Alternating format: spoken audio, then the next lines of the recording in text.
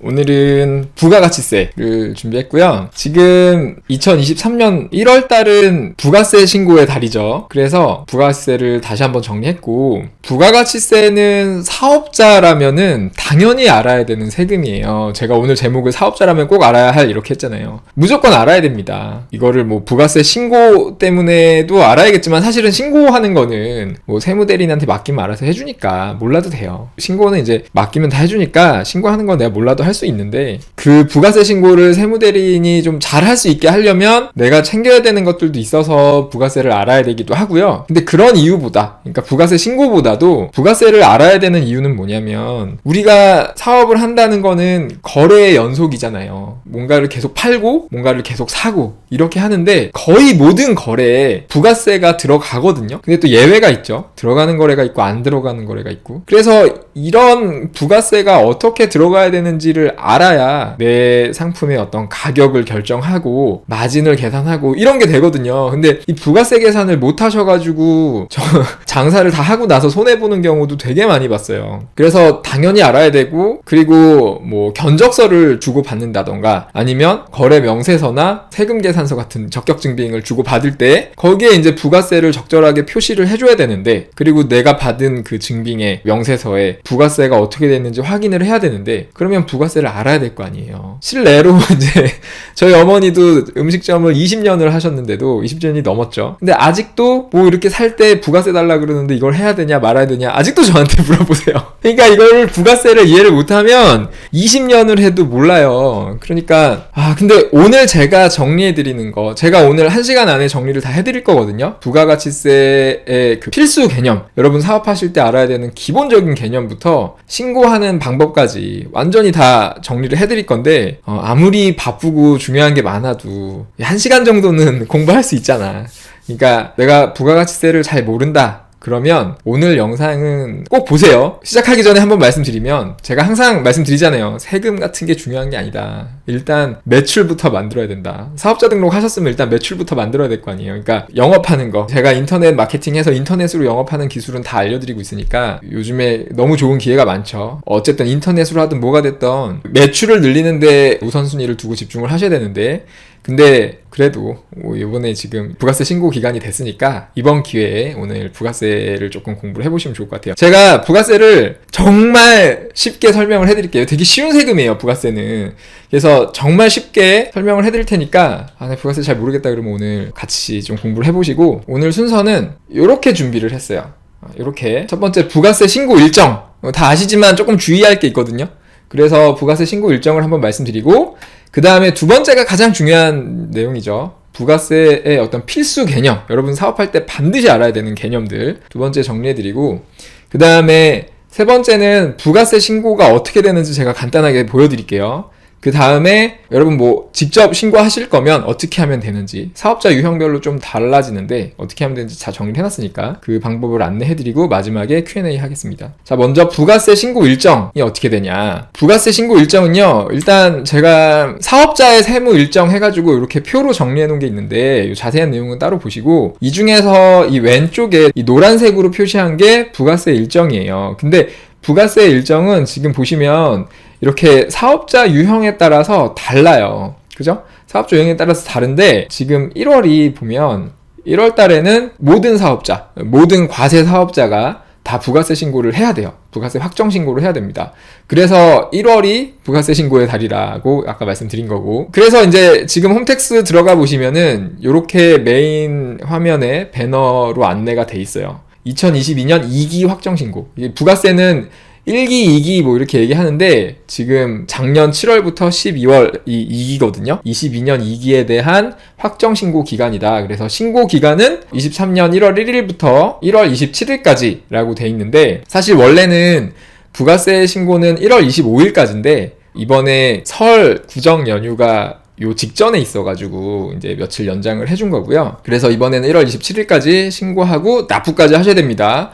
요거 하루라도 늦으면 무신고 가산세, 세금 산출세액의 20%, 그 다음에 무납부 가산세, 이게 하루 지나면 27일이 지나서 납부를 안 하면 일단 3% 발생하고 매일 0.03%인가 매일 발생돼요. 그러니까 혹시 내가 준비가 안 됐다 그러면 무신고 가산세가 커요. 20%예요. 그러니까 일단은 대충이라도 신고를 하세요. 하시고 그 뒤에 뭐 직접 하시던 아니면 세무사 찾아가가지고 하시던 해가지고 수정신고 또는 경정청구 이렇게 하시면 되겠죠. 그렇게 하시면 되고 그 다음에 납부 기한도 1월 27일까지다.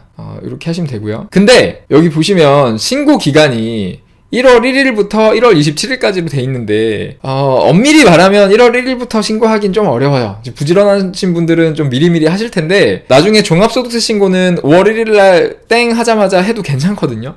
근데 부가세 신고는 좀 그렇지가 않아요. 부가세 신고는 올해 기준으로 이게 매번 달라지는데 올해는 1월 12일 이후에 하시는 게 좋아요. 왜 그러냐면 이제 홈택스에서 저 배너를 누르시면은 요런 안내가 떠요. 여기에서 이제 2번 주요 자료 조회 서비스 제공 일정 여기를 보시면 여기 특히 요 부분을 보시면 이게 뭐냐면 부가세 신고는요 이제 우리가 증빙을 근거로 해가지고 증빙으로 신고를 하는 거거든요. 그러니까 매출에 대한 증빙을 다 제출하고 매입에 대한 증빙을 다 제출해서 신고하는 게 부가세 신고인데 그래서 증빙 자료가 다 있어야 돼요. 근데 그 증빙에 대한 자료가 여기 보시면 1월 12일부터 제공된다고 돼 있잖아요. 그러니까 1월 12일부터 신고하시는 게 좋죠. 왜냐하면 그 전에 했는데 그때는 자료가 없는 상태에서 신고를 하게 될 수가 있잖아요. 그러면은 했다가 누락된 자료가 1월 12일 이후에 나오면 또 해야 되니까. 그래서 세무대리인 분들도 아마 1월 12일 이전에 하시는 분들이 없을 거예요. 제 생각에는 없을 것 같아요. 특수한 경우가 아니라면. 이게 보면은 왜 이렇게 자료 제공을 늦게 하는 거냐면 미리 해주면 좋잖아요. 자료 제공을 미리 해가지고 좀 빨리 신고할 수 있게 해주면 좋은데 왜 이렇게 늦어지는 거냐면 여기 신용카드 매출 사업용 신용카드 매입이라고 돼 있는데 그러니까 우리가 카드 매출하고 카드 매출에 대해서 손님들한테 카드로 받은 거 그 다음에 우리 매입할 때 사업용 신용카드 쓴 거 그 자료가 1월 12일 날 조회가 된다는 거예요. 이건 왜 그러냐면 신용카드의 어떤 내역은 이게 신용카드가 국세청 게 아니잖아요. 그러니까 국세청이 그 카드사들한테 받아야 되거든요. 근데 그 받아오는데 이제 시간이 좀 걸리다 보니까 1월 12일인 거고 이게 작년에는 제 기억에 1월 15일이었거든요. 근데 그나마 좀 땡겨진 것 같고요. 그 다음에 밑에 그 전자세금 계산서 매출 매입 내역 요거는 사실 국세청 거기 때문에 바로바로 조회가 돼야 되는데 이거는 왜 1월 12일로 돼 있냐면 이제 12월 달에 거래한 거에 대해서 증빙을 발급을 해야 돼. 특히 계산서나 세금 계산서를 발급해야 되는데 그 12월 거 거래 작성일자 12월 거래에 대한 증빙 발급 기한이 1월 10일이에요. 항상 다음 달 10일까지 그 전달 거를 발급하게 돼 있거든요. 그러니까 1월 10일까지 발급을 다 하고 그 다음에 이제 하루 이틀 지나가지고 조회가 되니까 1월 12일부터 조회가 된다. 그러니까 1월 12일부터 신고해라. 라는 의미로 좀 생각하시면 될 것 같고요. 그 다음에 뭐 직접 하시는 분들이야 1월 12일부터 1월 25일 사이에 하시면 되는데 맡기시는 분들 있잖아요. 기장을 아예 맡기시는 분들은 알아서 원래 이 정도 부가세 신고는 다 해주시니까 뭐 신경 안 써도 알아서 다 챙겨서 해주실 텐데 그냥 일회성으로 찾아가서 맡기시는 분들도 많이 계시잖아요. 그런 분들은 마감 기한 가까이 가가지고 막 세무사 찾으면은 못 찾아요.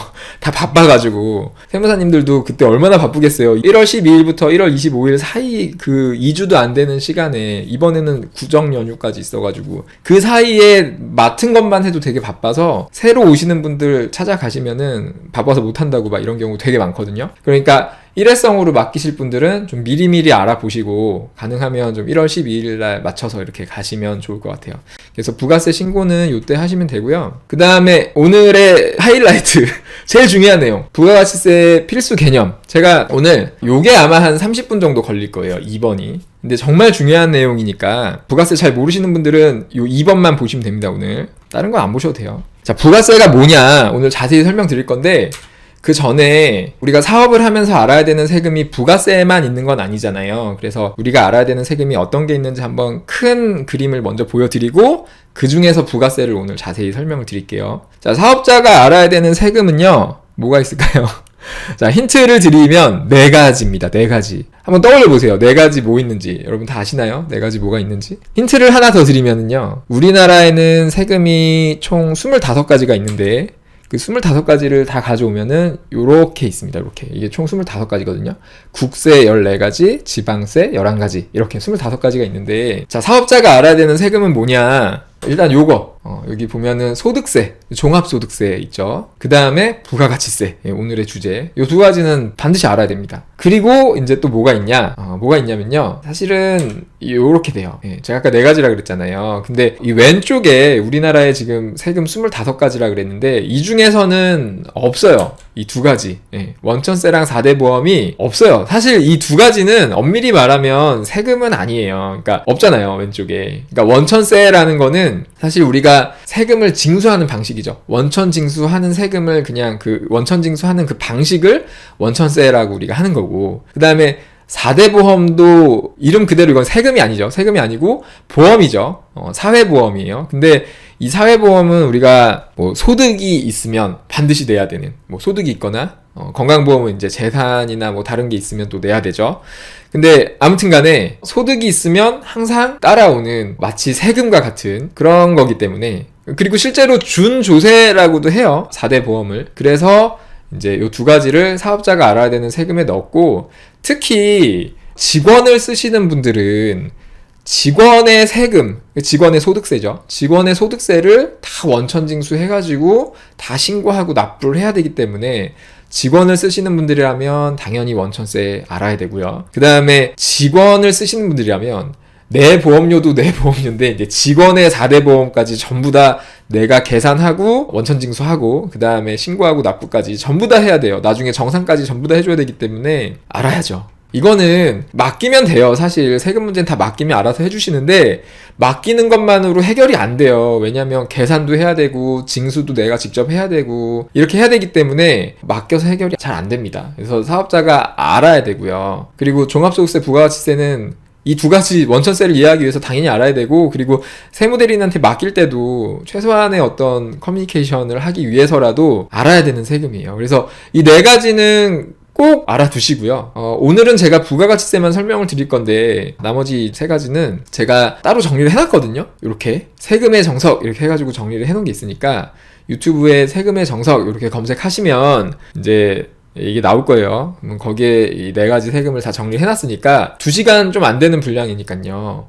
요 정도 공부하시고, 특히 여기에 이제 제가 처음에 종합소득세랑 부가가치세 설명드리면서 되게 기본적인 개념, 그러니까 꼭 종합소득세뿐만 아니라 그냥 세금이라는 거를 이해하기 위한 어떤 기본적인 그 개념, 단어 이런 거 있잖아요. 용어 이런 것들을 다 설명을 드렸어요. 그래서 여기에 설명드린 개념만 다 내 걸로 만들어 놓으면은 그냥 외우세요. 제가 여기서 이렇게 서머리 해놓은 게 있거든요. 거기 있는 거는 그냥 외워버리면 그 이후에 나머지 그 25가지 세금 아까 말씀드렸잖아요. 모든 세금이 쉬워집니다.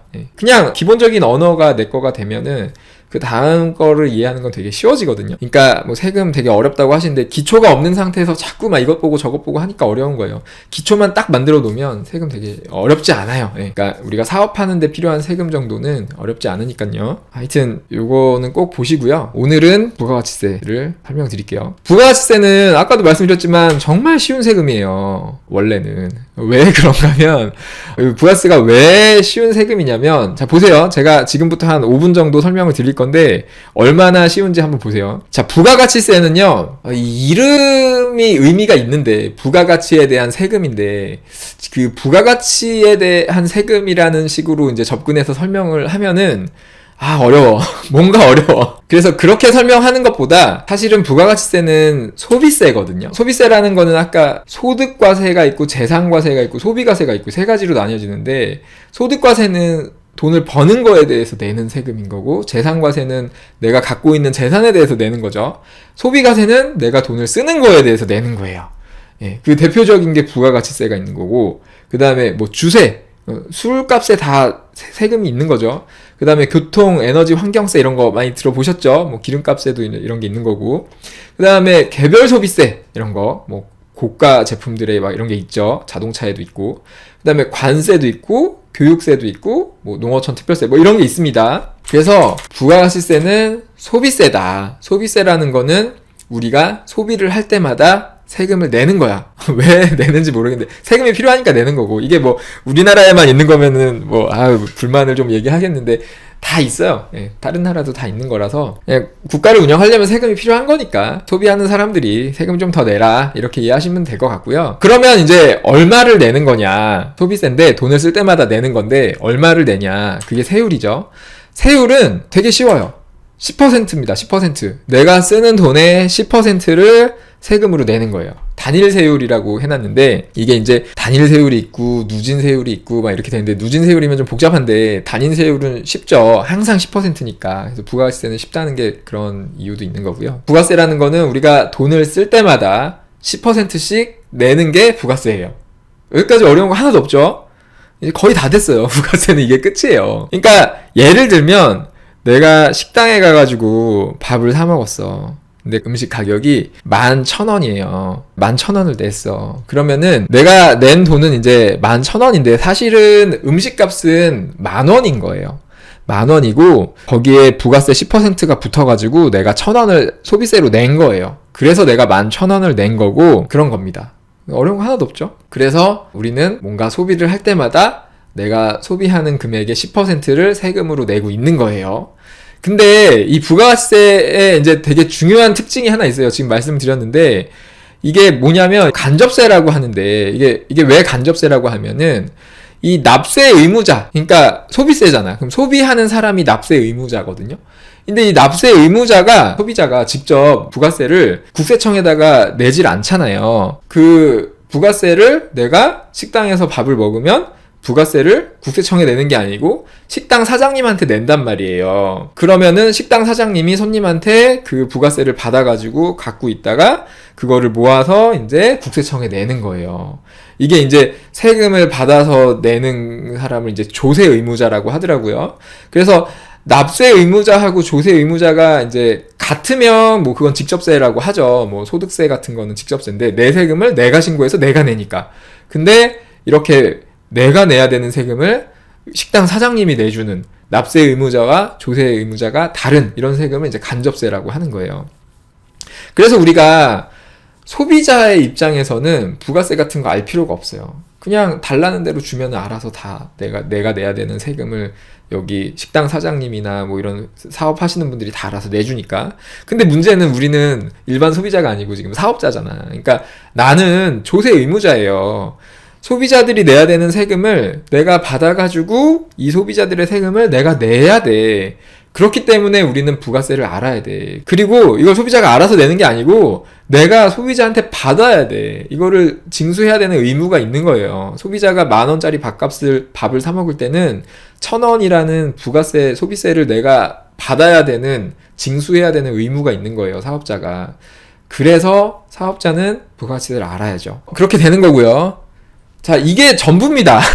쉽지 않아요? 여기까지 어려운 거 없죠? 자, 그러면 이제 하나 또 얘기해야 되는 게 있는데, 이제 내가 식당 사장님이에요. 그러면 내가 식당을 하고 있어. 식당을 하고 있으면 손님들한테 부가세를 받아가지고 그걸 내야 되는데, 그럼 이거를 얼마나 자주 낼 거냐? 응? 오늘 받은 걸 오늘 매일매일 낼 거냐? 그럴 수도 있잖아요? 아니면 뭐 한 달에 한 번씩 모아서 낼 거냐? 아니면 뭐 1년에 한 번씩 낼 거냐? 이런 거를 이제 정해야 되잖아.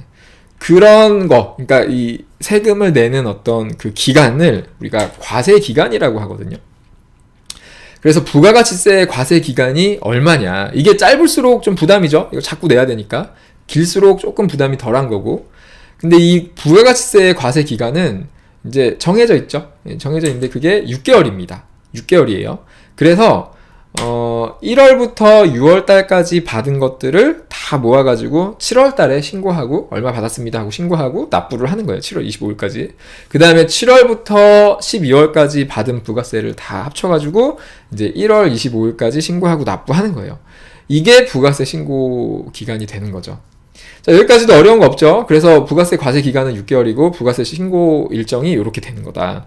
그 다음에 그러면 부가세 신고할 때 7월달하고 1월달에 어떻게 계산하냐, 내가 내야 되는 부가세를.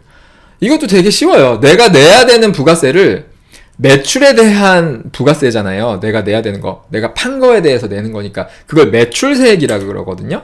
매출세액은 매출액의 10%예요. 내가 밥을 10,000원짜리 밥을 팔았으면은 만약에 10,000원짜리 밥을 1000개 팔았으면 1000만 원 팔았잖아요. 그러면은 1000만 원의 매출액 1000만 원의 10%를 더 받았어야 돼. 그래서 1100만 원을 받았어야 돼. 그래서 1100만 원을 받았으면 거기에서 100만 원을 매출세액으로 내는 거예요. 10%를.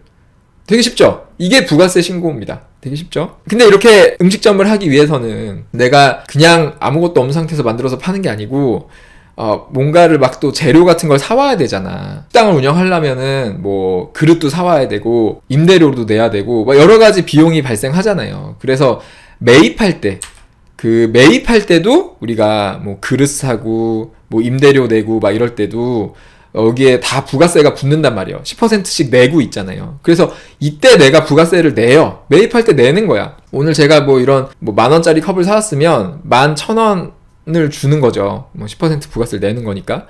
그러면은 이때 내는 그 부가세는 내가 사실 이거 소비하려고 소비하는 게 아니고 사업을 하려고 이렇게 쓰는 돈이니까 소비세로 보기가 좀 어렵잖아요. 아마도 이제 그런 이유에서 이렇게 매입할 때 내는 부가세들은 다 돌려줍니다. 다 돌려줘요. 사업할 때 매입하면서 쓴 거니까 다 돌려줄게 해가지고 그 매입할 때 발생한 부가세를 매입세액이라 그러거든요. 그래서 매입세액을 다 돌려줘요. 그래서 우리가 1월달, 7월달에 부가세 낼 때 그 납부해야 되는 세금은 계산을 어떻게 해야 되냐면 납부세액은 매출세액 빼기 매입세액 이렇게 계산이 돼요. 되게 쉽지 않아요? 너무 쉽지 않아요? 이게 부가가치세입니다. 이게 다예요. 근데 이제 부가세 신고 납부할 때 여기에서 조금 깎아주고 뭐 이런 거 있어요. 뭐 세액 공제해주고 뭐 조금 감면해주고 뭐 이런 게 있어서 그런 거 좀 빼고 그 다음에 뭐 잘못한 거 있으면 가산세 내야죠. 가산세 내야 되고 그 다음에 기납부세액 내가 미리 낸 거 우리 부가세 오늘은 얘기 안 할 건데 예정고지라는 게 있어요. 그거 나중에 보세요. 부가세 예정고지라는 게 있어서 뭐 미리 내는 거 있어요. 내가 이번에 낸 거의 절반을 중간에 한 번씩 고지서로 내는 게 있거든요. 그거는 이제 낼 때 당연히 미리 냈으니까 빼주는 거. 그게 전부입니다. 그렇게 하면 이제 1월달, 7월달에 내야 되는 부가세가 계산이 되는 거야. 부가세 너무 쉽죠. 너무 쉬운 세금인데 근데 이제 우리가 막상 사업하면서 이렇게 접하는 부가세는 이렇게 쉽진 않아요. 안 쉬워.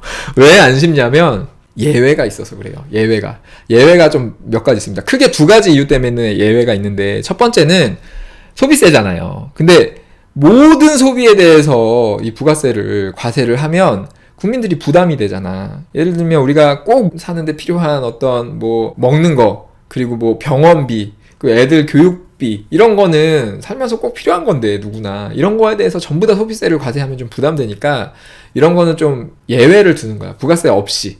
우리가 면세 상품 뭐 이런 거 얘기하잖아요. 그래서 면세를 해주는 경우가 있고 그리고 과세를 하더라도 뭐 사업자가 이거 다 하면 좋은데 또 그 이제 새로 시작하고 규모도 작고 이런 사업자들은 부가세 이런 거 좀 부담스러울 수 있으니까 조금 약하게 적용을 해주자. 좀 부담을 덜어주자. 뭐 이런 두 가지 이유가 있는 거예요. 이런 두 가지 이유로 예외들이 막 있어요. 그래서 예외들을 만들려고 하다 보니까 사업자를 나눠놨어. 어떻게 나눠놨냐면 여러분 많이 아시죠? 일반과세자, 그 다음에 간이과세자, 그 다음에 면세사업자 이렇게 나눠놓은 거예요. 사업자가 그래서 나뉘는 거예요. 우리가 사업자 등록할 때 그냥 뭐 개인 사업자, 뭐 사업자 이렇게 등록할 수도 있는데 굳이 이렇게 사업자 유형을 구분하는 이유는 부가세 때문에 그렇습니다. 그래서 실제로 사업자 유형이 구분되는 거는 부가세법에서 구분이 되는 거고요. 제가 되게 많이 받는 질문 중에 하나가 뭐 저는 간이과세자인데 뭐 4대 보험은 어떻게 될까요? 뭐 장부를 써야 될까요? 소득세 뭐 어떻게 신고해야 되나요? 뭐 이런 것들 되게 많이 여쭤보시는데 아무 상관이 없습니다. 왜냐면 사업자 유형은 부가세 때문에 나눠놓은 거고 부가세법에서 그래서 부가세만 달라지고요. 나머지 뭐 소득세 관련된 거 뭐 나머지는 하여튼 달라지는 게 하나도 없어요. 그렇게 이해를 하시고 여기 보시면은 일단 여기 사업자 이름에 과세, 면세 이렇게 돼 있는데 여기에서 과세, 면세는 당연히 이제 여기 이거 과세는 세금을 부과하겠다는 거고 면세는 세금을 면제시켜 주겠다는 거잖아요. 여기에서의 그 과세, 면세 세금은 당연히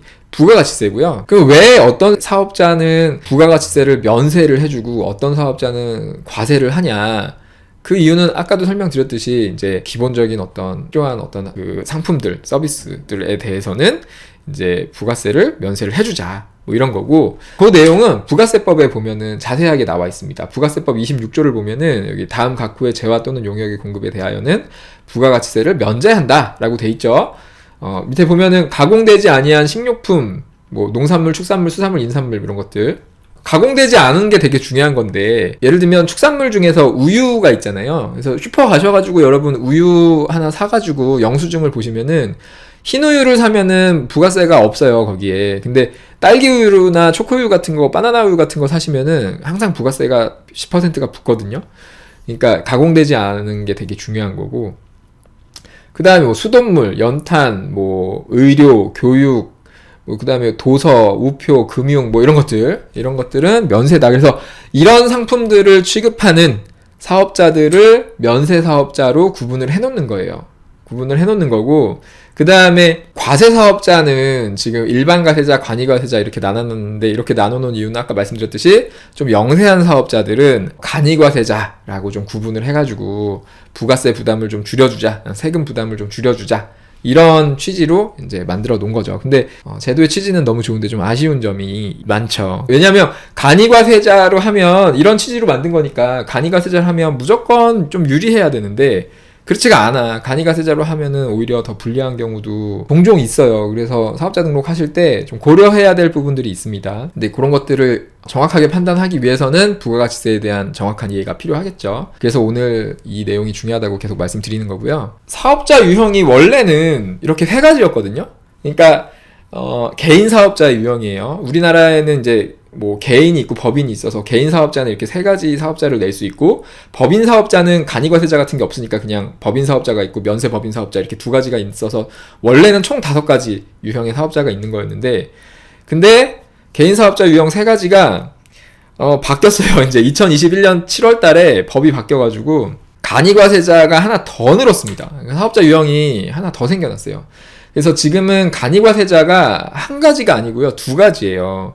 그냥 간이과세자가 있고요.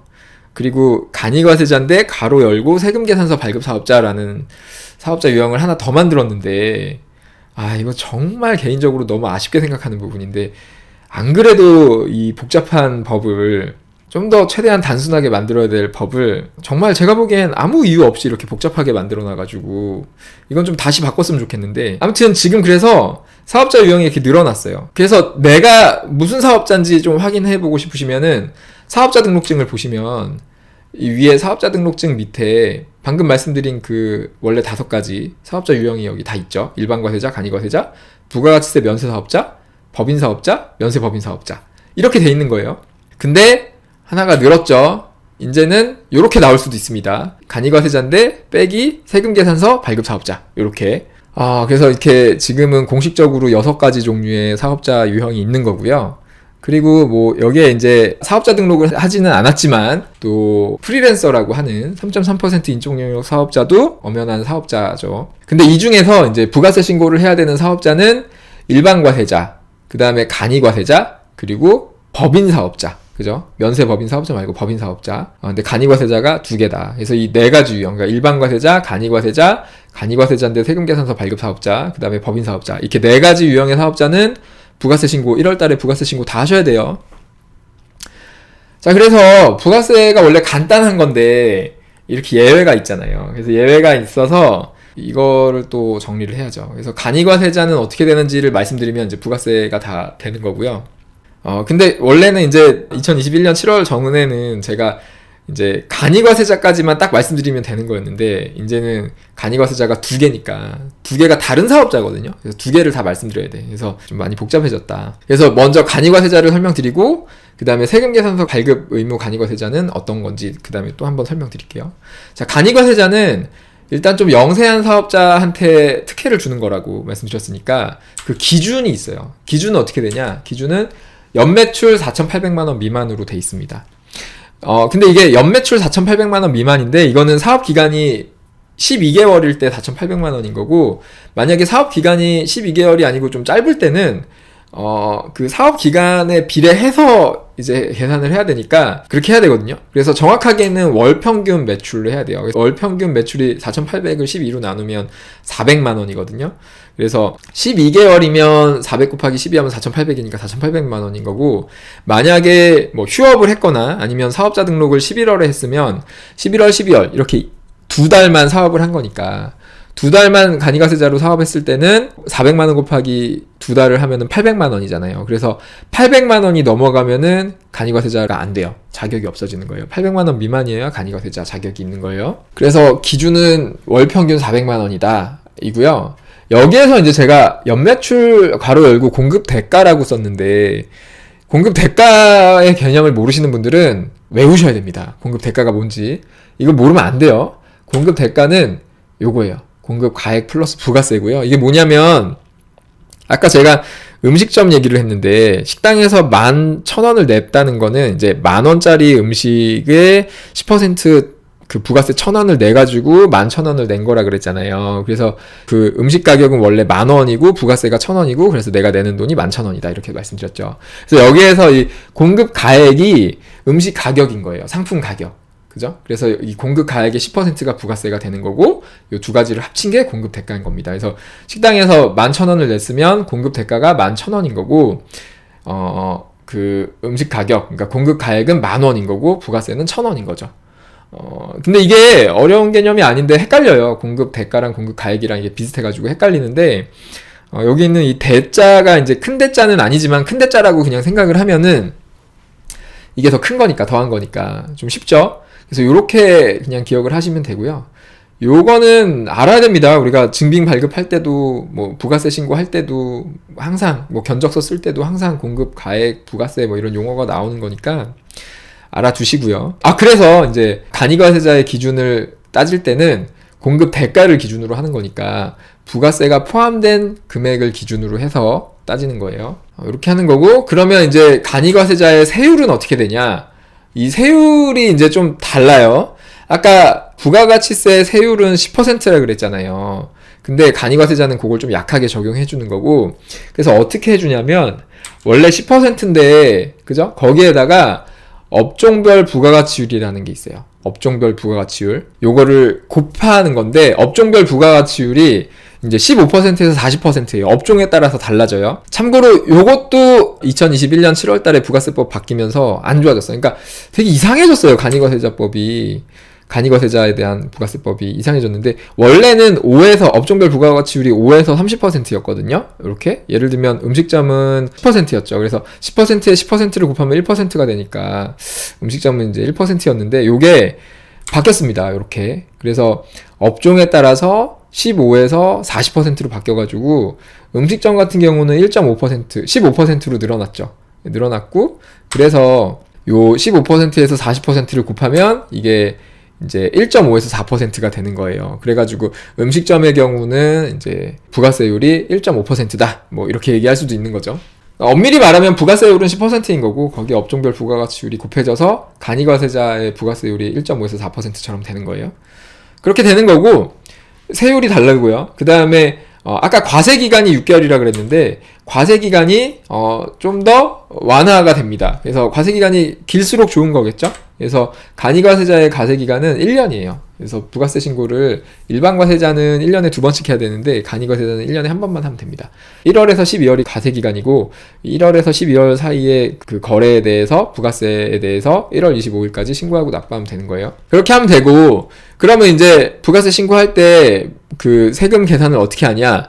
매출세액은 매출액의 1.5에서 4%를 곱하는 거예요. 이게 이제 간이가세자를 해야 되는 이유죠. 우리가 간이가세자를 하는 이유가 요거예요. 매출세액에서 굉장히 유리해요. 왜냐하면 일반 과세자는 매출액의 10%를 내는 건데, 간이가세자는 매출액의 1.5에서 4%만 내면 되니까 되게 적게 내는 거잖아요. 근데 이게 아쉬운 게 원래 0.5에서 3%였는데 늘어났어. 간이가세자가 좀 안 좋아졌어요, 이런 게. 근데 아무튼 그렇고, 그 다음에 매입세액은 어떻게 계산하냐? 요것도 사실 조금 아쉬운데, 매입세액이 원래는 매입액의 업종별 그 부가세율을 곱한 거였거든요. 그러니까 원래대로 했으면 1.5에서 4%를 곱해서 매입세액을 해줬어야 되는데, 근데 이거를 바꿨어. 일괄 0.5%로 바꿔놔가지고, 왜 이렇게 하는지 모르겠는데. 제 생각은 간이과세자 제도를 제대로 하려면 매입세액은 10%를 해줘야 된다고 생각을 하거든요. 이것 때문에 매입세액에서 간이과세자가 불리하잖아요. 그러니까 일반과세자는 매입세액을 10%를 다 공제 환급을 해주기 때문에 일반과세자는 그게 좋은데, 간이과세자는 매입세액을 돌려주는 건데 10%가 아니고 0.5%만 해주니까 이게 되게 안 좋은 거야. 그래서 매입이 더 크면 클수록 간이과세자가 불리해져요. 그래가지고 간이과세자로 했다가 손해보는 경우가 자꾸 가끔씩 생기는 거죠. 그래서 무조건 간이과세자로 하면 안 됩니다. 근데 이거를 좀 늘렸으면 했는데 이거를 오히려 줄여놔가지고 좀 아쉽고, 아무튼 매출세액하고 매입세액이 이렇게 계산이 되고요. 그래서 납부해야 되는 세금은 똑같아요. 납부해야 되는 세금은 매출세액 빼기 매입세액 이렇게 되는 거고, 대신에 아까 일반과세자는 매입세액이 더 크면 환급도 해줘요. 환급을 해주는데 간이과세자는 환급도 안 해줍니다. 안 해주고 나머지 뭐 기타 세액공제, 감면, 가산세, 기납부세액 이런 건 똑같고요. 이렇게 되는 거고, 마지막으로 또 하나 중요한 거 여러분 많이 궁금해 하시는 게, 그러면은 연매출이 4,800만원, 월 평균 400만원을 초과하면 어떻게 되냐, 이거 많이 여쭤보시는데요. 일단은 4,800만원이 넘어가면 이거를 이제 언제 알 수 있냐면 1월 달에 부가세 신고를 해야 알 수 있는 거예요. 그래서 1월 달에 부가세 신고를 했는데 4,800만원이 넘어갔다. 그러면은 이제는 간이과세자 자격이 없어지잖아. 그래서 사업자 유형이 바뀌는데, 그게 언제 바뀌냐면 바로 바뀌진 않고요. 약간 기간을 줘요. 그 기간을 6개월 동안 줍니다. 그래서 6월 30일까지는 계속 간이과세자로 가는 거고, 7월 1일부터 바뀌는데, 일단 원래는 4,800만원이 넘어가면 일반과세자였었는데 지금은 그 중간에 간이과세자 세금계산서 발급 사업자가, 새로운 사업자가 또 있어가지고 일단은 요걸로 바뀌어요. 요걸로 바뀌는 거고, 근데 이 기준이 뒤에서도 말씀드리겠지만 세금계산서 발급 의무 간이과세자의 기준은 8,000만원이거든요. 그래서 만약에 8,000만원이 넘어가면 어떻게 되냐, 그거는 이 뒤에서 설명드릴게요.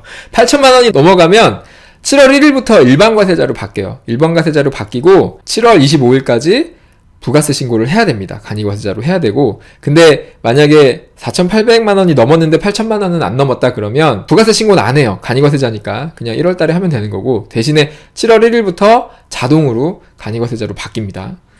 되게 헷갈리게 만들어놨죠, 법을. 이게 왜 이렇게 바뀌었냐면 이렇게 바뀐 거예요. 2020년에 막 이런 식으로 국세청이 광고를 했어요. 기획재정부에서 2020년 세법 개정안 해가지고 매년 여름에 세법 개정안이 나오거든요. 근데 그때 드디어 이제 소규모 자영업자 지원을 위한 부가세, 간이과세 기준이 대폭 상향됩니다. 참고로 이 금액이 되게 오랫동안, 이 4,800만 원이 엄청 오래됐어요. 정확하게는 제가 모르겠는데 한 10년, 20년 됐을 거예요. 처음에 부가세가 도입된 게 1970년대 도입이 됐고, 그때 처음에 기준이 300만원, 서울의 아파트 한 채 값 정도로 했다고 제가 들었거든요. 그때 국세청에서 하는 교육 시간에 그 강사님이 그렇게 말씀하셨는데, 근데 그게 이제 이렇게 물가가 오르니까 오르고 올라가지고 이제 4,800만원이 된 건데, 너무 낮죠? 서울의 아파트 한 채 값 기준으로 생각을 하면 4,800만원은 이제 너무 낮죠.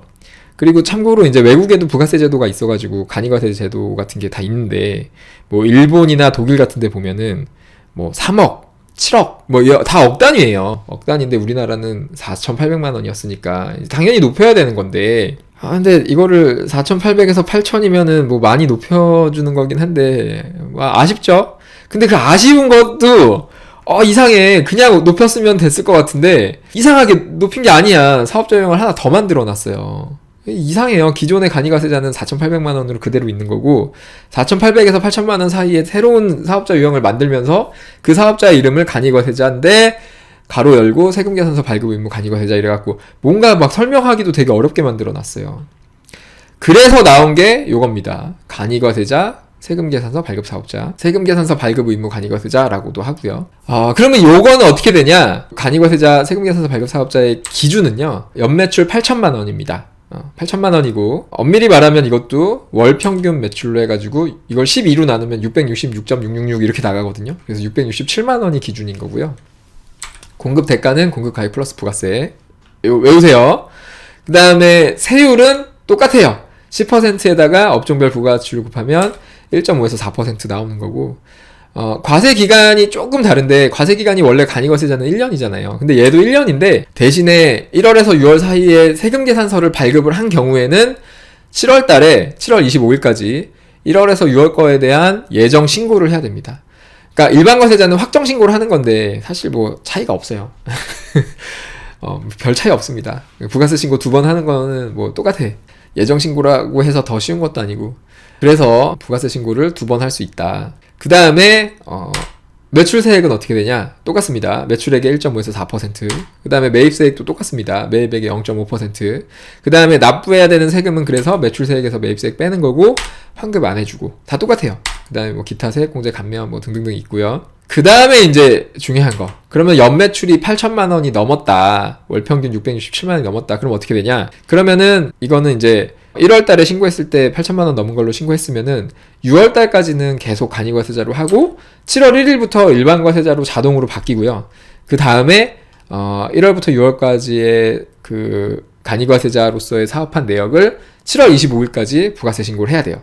그리고 또 하나 중요한 게 이제 여기 세금 계산서 발급이 가능하다. 참 이것도 그냥 하게 해줬으면 될 것 같은데 사실은 되게 좋은 혜택을 줬거든요, 이거를. 근데 간이과세자한테 좋은 게 아니고 이걸 받는 일반과세자한테 되게 좋게 만들어놨는데 내지도 않은 부가세를 돌려받을 수 있게 해놔가지고 이걸 왜 이렇게 해준 건지도 저는 이해가 전혀 안 되고, 혹시 잘 아는 분 왜 이렇게 할 수밖에 없었는지, 왜 이렇게 해야 되는지 혹시 잘 아는 분 계시면 댓글로 설명 좀 해주세요. 뭔가 잘못 만든 것 같아, 법을.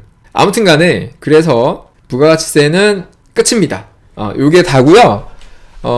그래서 또 많이 궁금해하시는 게 이제 부가세 절세하려면 어떻게 되냐 이렇게 많이 또 여쭤보셔서 절세할 수 있는 거 정리를 해봤는데, 부가세는 증빙을 가지고 신고를 하는 거예요. 이게 되게 큰 차이가 있는데, 부가세는 증빙을 취합해서, 이따가 부가세 신고하는 거 보여드리겠지만 증빙이 있어야만 증빙으로 취합해서 신고하는 거기 때문에 사실은 절세할 수 있는 게 많진 않아요. 상대적으로 많진 않은데 그래도 이제 할 수 있는 거 말씀을 드리면 제가 5가지를 정리를 해왔거든요. 첫 번째는 일단 사업자 유형에 따라서, 아까 간이과세자냐 일반과세자냐, 그러니까 애초에 내가 취급하는 게 면세냐 과세냐에서 면세로 가면 고민할 필요가 없어. 그냥 면세 사업자를 하면 되고 부가세 신고도 안 하니까 이건 얘기할 게 없는데, 과세인데 내가 간이과세를 할 수 있어. 그러면은 간이가 유리할지 일반이 유리할지 잘 따져봐야 돼. 많이 실수하시는 것 중에 하나가, 내가 거래처, 내가 판매하는, 내 걸 사가는 사람들이 사업자야. 근데 일반과세 사업자들이 많아. 예를 들면 저는 광고대행 회사를 하잖아요. 광고대행업이야.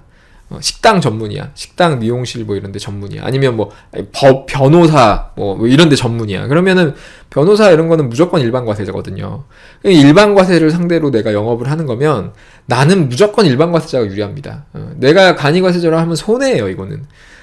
그거는 이제 내가 증빙 발급을 하면서 부가세 10% 받은 거를 다 돌려받고, 이렇게 내가 발급해준 거 이렇게 다 돌려받고 뭐 이렇게 되기 때문에, 일반과세자하고 일반과세자에서는 부가세가 발생이 안 되기 때문에 유리한 건데, 간이과세자로 하면은 조금이라도 발생이 되거든요, 부가세가. 그래서 오히려 손해가 되는 거예요.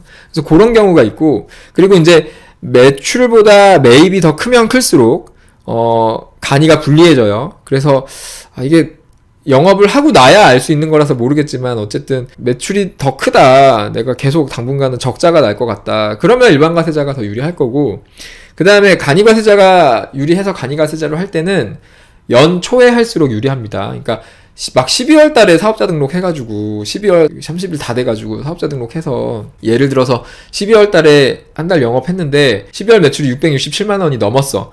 그러면은 이제 12월 달에 한 달 간이과세자 하고 그 다음에 6개월은 보장되니까 딱 7개월 간이과세자로 사업하고 바로 일반과세자로 바뀌거든요.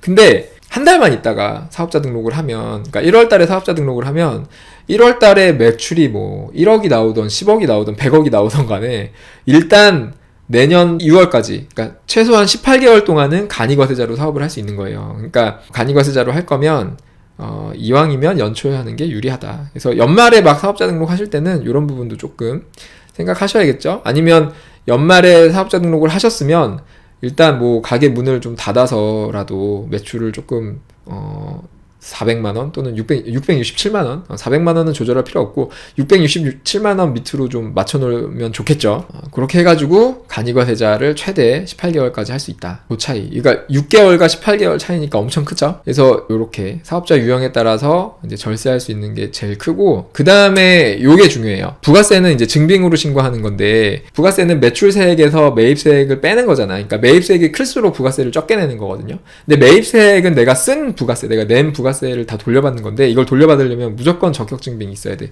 그래서 적격증빙이 뭔지 아셔야겠죠. 적격증빙은 이렇게 네 가지가 있습니다. 세금계산서, 계산서, 신용카드 또는 체크카드로 결제하는 거. 그 다음에 현금영수증. 현금영수증은 두 가지가 있죠. 소득공제가 있고 근로자용 소득공제용이 있는데, 그거 말고, 전화번호로 받는 거 말고 사업자 지출증빙용으로 받으셔야 돼요. 그래서 이렇게 증빙을 잘 받는 게 되게 중요하고, 그 다음에 또 하나 해주는 게 이제 세액공제 중에서 몇 가지 있는데, 의제매입 세액공제라고 해가지고, 이건 다 해주는 건 아니고, 의제라는 말이 뭐냐면 법에서 쓰는 용어인데 가짜의 뭐 이런 의미가 있더라고요. 그래서 매입이 없는데, 그러니까 매입세액이 없는데 매입세액이 있는 것처럼 해주는 건데, 예를 들면 음식점 같은 경우에 매입하는 게 거의 다 뭐 농산물, 수산물 막 이런 게 많잖아요. 근데 이런 거 매입하는 거에 대해서는 부가세를 안 내니까 나중에 부가세 신고할 때 보면은 매입세액이 별로 없어요. 그래서 부가세 신고할 때 부담이 되게 크거든요. 그래서 이제 이렇게 매입할 때 부가세를 내지 않았지만 마치 낸 것처럼 좀 해주겠다. 그래서 음식점이나 모든 업종에 해주는 건 아니고, 음식점업이나 뭐 제조업 중에서 식품 제조 같은 거는 이걸 좀 해주겠다 그러는 거예요. 그래서 여기 보면은 음식점업인데 이런 유흥장소 외에 일반 음식점을 하는 경우에는 108분의 8, 108분의 8이라는 거는 8% 정도라고 생각하시면 됩니다. 왜냐면 아까 10%가 더하기 10 이렇게 하면 110이 나오잖아. 그래서 110분의 10, 뭐 110분의 8, 뭐 이렇게 110분의 10 이렇게 나오거든요. 그래서 108분의 8은 8% 정도, 그러니까 10% 다 해주는 건 아닌데 8% 정도는 해준다, 이렇게 생각하시면 됩니다. 그래서 아무튼 의제매입 세액공제를 받을 수 있으니까 음식점 하시는 분들은 계산서 같은 것도 잘 받으셔야겠죠. 이런 거 이제 빠짐없이 다 받으셔야 되겠고, 그 다음에 또 하나 해주는 게 세액공제 중에서 이제 신용카드 매출전표 세액공제 뭐 이런 게 있어요. 이름이 좀 긴데 신용카드 매출전표 발행 세액공제인가? 뭐 그런데 이름을 조금 줄여갖고 쓴 거고요. 요거는 이제 일반 소비자를 상대로 해가지고 결제를 받을 때 신용카드 결제나 현금영수증 결제 받으면 그 결제 금액의 1.3%를 깎아줍니다, 세금을. 이게 꽤 커요. 매출액의 1.3%를 그냥 세금을 나중에 내야 될 거에서 빼주니까. 그래서 요거는 한 번에 500만원씩 1년에 1000만원까지 해주는 거라서 요것도 잘 받으셔야겠죠. 참고로 요거는 연매출 10억이 넘어가면 안 해줘요. 요거는 좀 참고를 하시고, 그리고 법인 사업자도 안 해줍니다. 그래서 개인 사업자인데 연매출 10억이 안 되면 이런 것까지 챙겨 받으시면 되고요. 그 다음에 이제 마지막으로 부가세 조기환급은, 부가세를 원래 6개월에 한 번 또는 1년에 한 번 신고하는 거잖아요. 근데 특히 이제 일반 과세자 6개월에 한 번 하는 경우에 내가 매입할 때 좀 크게 매입하는 거 있어요. 뭐 고정자산 같은 거, 뭐 자동차 같은 거 한번 매입하면은 뭐 3,300만원짜리 차를 사면 거기에 300만원이 부가세잖아요. 금액이 크잖아요. 아니면 인테리어, 예를 들어서 한 2억짜리 인테리어를 했어. 그러면 2억 2천만원 내고 2천만원 부가세로 내는 건데 자금이 막 쪼달릴 수 있으니까 2천만원 이렇게 큰 금액이 있을 때는 부가세 신고를 좀 미리 해가지고 2천만원을 미리 받을 수 있거든요. 요게 이제 조기환급이고, 요거를 하는 게 절세하고 관계가 있는 이유는 뭐냐면, 어차피 돌려받을 거 좀 빨리 받는 건데, 그 외에 또 이유가 뭐냐면, 나중에 이런 세액공제 있잖아요. 특히 신용카드 매출 세액공제 이런 거는 부가세를 낼 게 있을 때만 해주거든요. 근데 이렇게 중간에 뭐 인테리어 같은 거 해가지고 세무계산서 큰 거 받으면은 낼 게 없어. 환급이야. 그럴 때는 이게 안 돼요. 그 세액공제를 안 해줘요. 이게 최대 1000만원까지 해준다 그랬잖아. 한 번에 500만원씩. 500만원, 이게 금액이 날라가요, 그냥. 그래서, 요런 거 조기환급 받을 거가 있고, 좀, 그 과세기간 중에 좀 앞쪽에 이런 게 있으면은 좀 번거로운데, 부가세 신고 한 번 더 해야 되니까.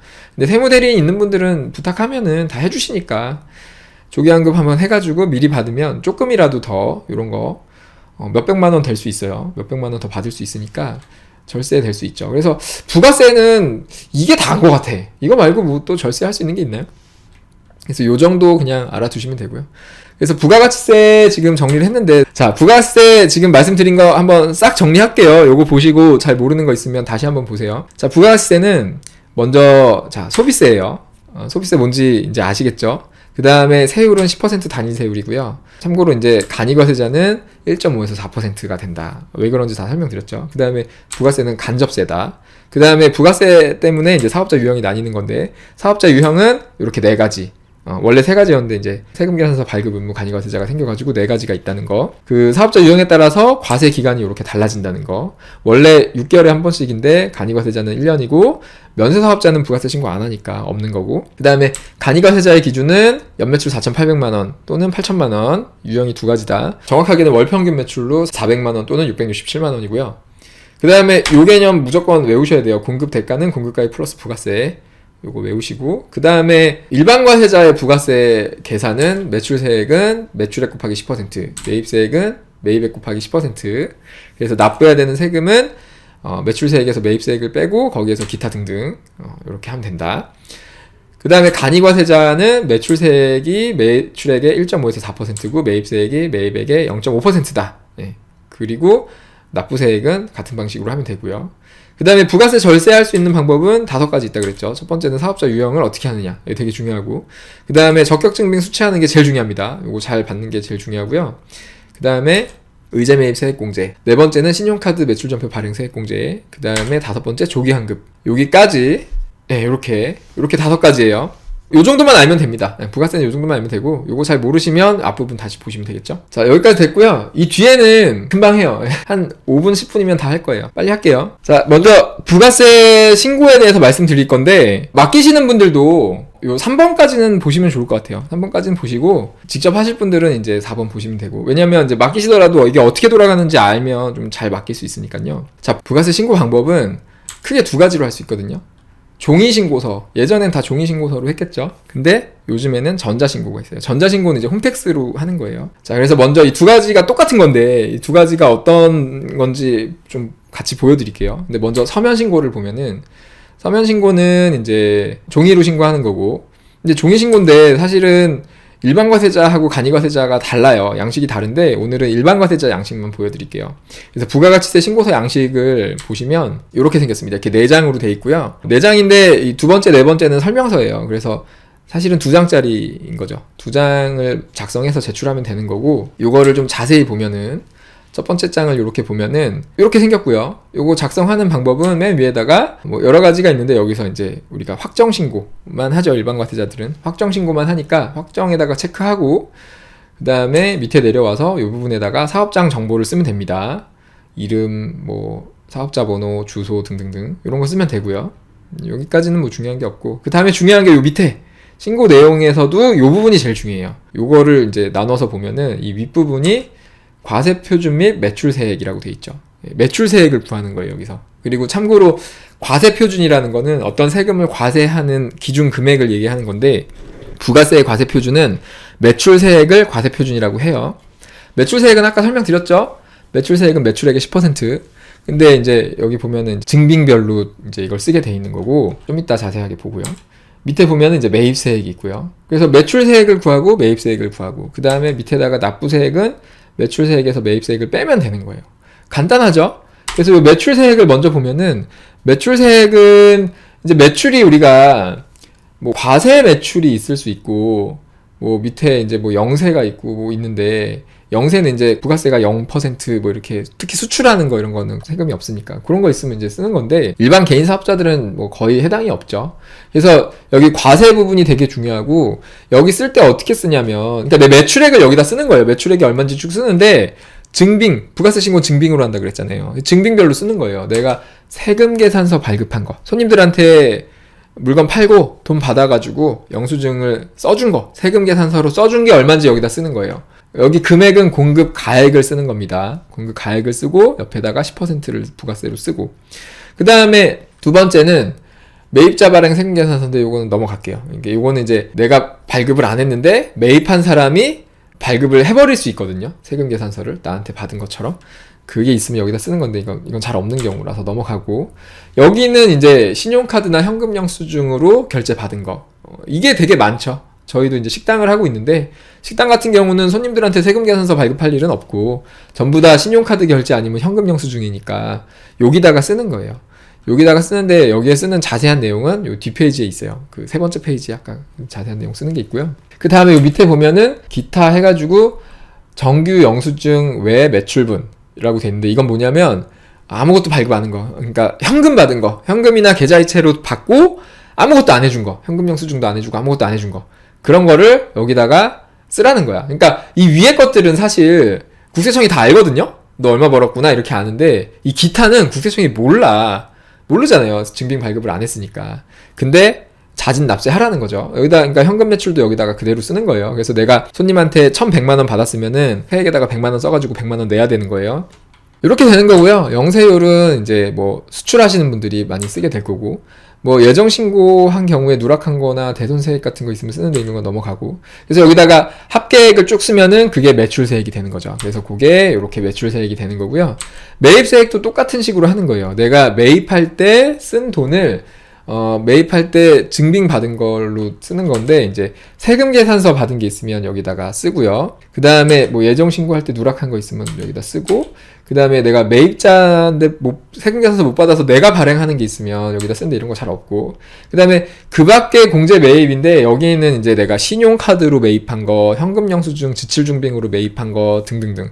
여기에는 참고로 증빙 없는 거 기타 현금 쓴 거는 못 넣어요. 이거는 무조건 영수증이 있어야만 돈을 돌려주는 겁니다. 이거 돌려주는 거기 때문에 자진해서 뭐 현금으로 샀습니다 이런 거 씨알도 안 맥힙니다. 증빙이 있어야 되고, 요거는 이제 세 번째 페이지 보면은 여기 14번 그 밖에 공제 매입세액이죠. 요게 14번이죠. 그래서 요거에 대한 자세한 명세서를 여기다 쓰게 돼 있고요. 여기 보시면은 첫 번째가 이렇게 신용카드로 매입한 거를 여기다 다 쓰게 돼 있어요. 근데 여기에다가 신용카드 매입도 쓰고 현금 영수증으로 내가 받은 것도 여기다 다 쓰게 돼 있어요. 그래서 여기다가 쓰고, 이게 이제 종이신고서는 모르면 잘 못 쓰잖아요. 근데 다 합쳐서 쓰는 거고, 나중에 홈택스에서 신고할 때는 다 좀 더 자세하게 설명이 돼 있거든요. 그렇게 쓰는 거고, 아까 말씀드린 의제매입 세액공제 같은 거 여기다 쓰는 겁니다. 그리고 나머지 이런 거 해당되는 거 있으면 써가지고 합계액 써서 여기다가 이제 쓰고요. 여기까지 쓰고 이제 밑에 쭉 해가지고 더하기 빼기 해가지고 이제 뭐 이 중에서 공제받지 못할 매입세액 이런 거 있으면 쓰고, 그렇게 해가지고 이제 더할 거 더하고 뺄 거 빼면은 최종적으로 매입세액이 나오는 거죠. 그래서 납부할 세금이 이렇게 계산이 되는 겁니다. 이렇게 되는 건데, 여기에서 이제 뭐 그 밖에 뭐 깎아주는 것들이 있어요. 경감 세액 공제 해가지고 해당되는 거 있으면 여기 하면 되고요. 그 밖에 경감 공제 세액 뭐 이런 거, 뭐 예를 들면은 대표적인 게 우리 홈택스에서 신고하면은 전자신고하면 전자신고 세액 공제해서 10,000원씩 깎아주는 게 여기 들어가고, 종이신고에서는 그런 거 아니고 딴 거 해당되는 거 쓰는 거고, 그 다음에 요거 이제 이렇게 좀 보면은 전자신고 세액 공제 이것도 세 번째 장이 있죠. 그런 거 있으면 여기 쓰고, 뭐 나머지 이런 것들 이런 거 있으면 해당되는 거 쓰고요. 그 다음에 신용카드 매출전표 발행공제, 이거 아까 설명드렸죠. 신용카드나 현금영수증 받은 거, 일반 소비자한테 받은 게 있으면 그 금액의 1.3%를 공제 받을 수 있으니까 여기 쓰면 되고요. 그래서 합계 구하고, 그리고 밑에 뭐 해당되는 것들 여기다가 이제 특히 뭐 예정고지 미리 낸 거 이런 거 있으면 여기다 써가지고 이제 더할 거 더하고, 가산세 낼 거 있으면 또 가산세는 뒤에 보시면 또 가산세 세 번째 장에 가산세 명세서 쓰는 거 있거든요. 여기 보시면은 뭐 세금 계산서를 늦게 발급했거나 늦게 받았거나 뭐 안 받았거나 뭐 이런 게 있으면은 가산세가 다 있으니까 이렇게 쓰시면 되고, 그래서 이제 더할 거 더하고 뺄 거 빼고 하면은 내가 최종적으로 내야 되는 세금 또는 환급받을 세금이 계산이 됩니다. 이렇게 되는 거고요. 그래서 지금 서면 신고를 설명드린 거고, 그러면 전자 신고는 어떻게 되냐? 전자 신고는요, 이제 홈택스에서 신고하는 거고, 부가가치세를 홈택스에서 신고하는 건데, 간단하게 설명드릴게요. 자, 홈택스 가서 신고 납부 누른 다음에 부가가치세를 누르면은 요런 화면이 나오고요. 여기에서 이제 뭐 정기신고 요거 누르면 다 됩니다. 뭐 다른 거 눌러서 할 수도 있는데 정기신고 누르면 되고, 이런 화면이 나오는데 여기에서 이제 확인 누르고 밑에 들어가가지고 뭐 할 거 하고, 여기 무실적 신고는 내가 거래가 하나도 없으면 그냥 무실적 신고 버튼 누르고 저장 후 다음 이동하면은 부가세 신고 끝나는 거고요. 그러니까 거래가 없어도 부가세 신고를 해야 돼요. 그래야 이 사업장이 거래가 없었구나라는 걸, 실적이 없었구나라는 걸 국세청이 알 수 있으니까 무실적 신고를 하셔야 되고요. 아무튼 저장 후 다음 이동을 하면은 이제 부가세 신고한 화면이 이렇게 나오고요. 요거 이제 보시면 왼쪽에 홈택스는 다 똑같아요. 홈택스에서 신고하는 홈택스에서 신고하는 거는 전부 다 이렇게 왼쪽에 그 전체적인 과정이 메뉴가 나오고요. 그 다음에 오른쪽에 이렇게 자세한 내용들이 있는데 요거 하나씩 볼게요. 이거 보면은 지금 보고 계신 게 여기 과세 표준 및 매출세액, 요게 아까 종이신고서의 요 부분이랑 똑같은 거예요. 요거 하나씩 보시면 과세 세금계산서 발급분, 여기 과세 세금계산서 발급분, 과세 매입자 발행 세금계산서, 과세 매입자 발행 세금계산서, 이게 똑같잖아요. 이 순서대로 똑같이 있는 거예요. 이렇게. 그러니까 여기다가 쭉 입력하시면 똑같이 입력되는 겁니다. 그리고 내려서 보면은 매입세액도 똑같아요. 지금 여기 있는 게 순서대로 여기 쭉 있는 거거든요. 뭐 좀 들어가서 봐야 되는 게 조금 있긴 한데 아무튼 이게 똑같이 있는 거라서 여기다 입력하면은 매입세액이 똑같이 계산이 되고, 요 자세한 내용은 제가 따로 영상 정리한 게 있으니까 그거 이따가 뭐 보면 되는지 알려드릴게요. 이렇게 하면 되고요. 그 다음에 밑에 경감 공제세액, 뭐 그 밖에 최종 납부세액 이런 게 다 여기 순서랑 똑같이 돼 있어서 여기까지 이제 입력하면 되는 거고요. 그 다음에 신고를 다 한 다음에 여기 신고 내역 스텝 2 누르면 이렇게 조회를 할 수 있게 돼 있어서 여기에서 이제 내가 신고를 한 그 날짜를 포함해서 날짜를 지정을 하고 여기 밑에 조회하기 버튼을 누르면은 이렇게 밑에 내역이 나오거든요. 여기에서 이제 이 부분을 누르시면은 내가 이거 누르면 내가 신고한 그 신고서가 이렇게 나와요. 아까 종이신고서랑 똑같은 신고서가 출력이 돼요. 이렇게 출력할 수 있고요. 그래서 세무대리인한테 맡겨놓으면 세무대리인이 나중에 홈택스에서 입력한 다음에 이렇게 뽑아서 주실 거예요. 그러면은 요거 종이신고서랑 똑같이 신고한 게 되는 거죠. 그리고 여기서 납부서 출력도 됩니다. 그래서 이렇게 납부하시는데 납부 기간은 7월 25일까지. 근데 뭐 일요일이거나 그러면 이렇게 26일까지이기도 하고, 올해는 27일까지 납부까지 하셔야 됩니다. 그렇게 되는 거고요. 그 다음에 혹시 이제 부가세 신고를 직접 하실 분들은 제가 개념은 지금 간단하게 설명을 드렸는데, 이제 직접 하려면은 이게 사업자 유형에 따라서도 좀 달라지고 그 안에 디테일한 것들이 이제 좀 있으니까 이제 제가 정리해 놓은 게 있어서 그거 보시면 돼요. 그 내용은 여기 카페에, 여기 저희 카페에 오셔서 그냥 아무 글이나 누르면은 여기 그 맨 위에 총정리 링크가 있거든요. 요거 누르시면은 정리해 놓은 게 있으니까 여기에서 여기 세금 4-2번에 여기 부가가치세 있죠. 여기다 다 정리해놨습니다. 요거 누르시면은 4-2번, 세금 4-2번. 여기 들어오시면, 여기 밑에 이제 부가가치세 기본 개념이 있고, 그 다음에 뭐 비용 처리, 뭐 절세 뭐 할 수 있는 거 뭐 이런 거 있고, 중요한 게 이제 여기 3번에 보시면 부가세 신고 방법이 있는데, 뭐 종이신고서랑 홈택스 전자신고를 되게 자세하게 정리해 놓은 것도 있고, 뭐 여러 가지가 있어요. 뭐 이렇게 있는데, 이 중에서 요거 보시면 될 것 같아요. 요거 3-2-A번이 이제 일반 과세자분들 부가세 신고하실 때 요거 보시면 되고요. 그 다음에 간이 과세자분들은 원래 요거 보시라고 해놨는데 이게 바뀌었잖아요. 2022년 7월에 부가세가 바뀌면서 간이 과세자는 부가세 신고하는 것도 바뀌었어요. 홈택스가 바뀌어가지고 요거 보시면 되고, 요게 아마 이번에 또 조금 바뀔지 모르겠는데 조금 오류도 있었고 그래서 아마 좀 바뀔 거예요. 근데 아마 이거 보시면 크게 안 바뀔 거니까 이거 보고 하시면 될 거고, 필요하면 제가 다시 정리해가지고 여기다가 또 올려놓을게요. 그래서 요거 보고 하시면 됩니다. 이렇게 하시면 되고, 간단하죠? 요거 말씀드리려고 한 거였고, 예, 그래서 부가세 셀프 신고하는 거는 저 영상 보고 따라 하시면 됩니다. 감사합니다. 좋은 하루 되세요.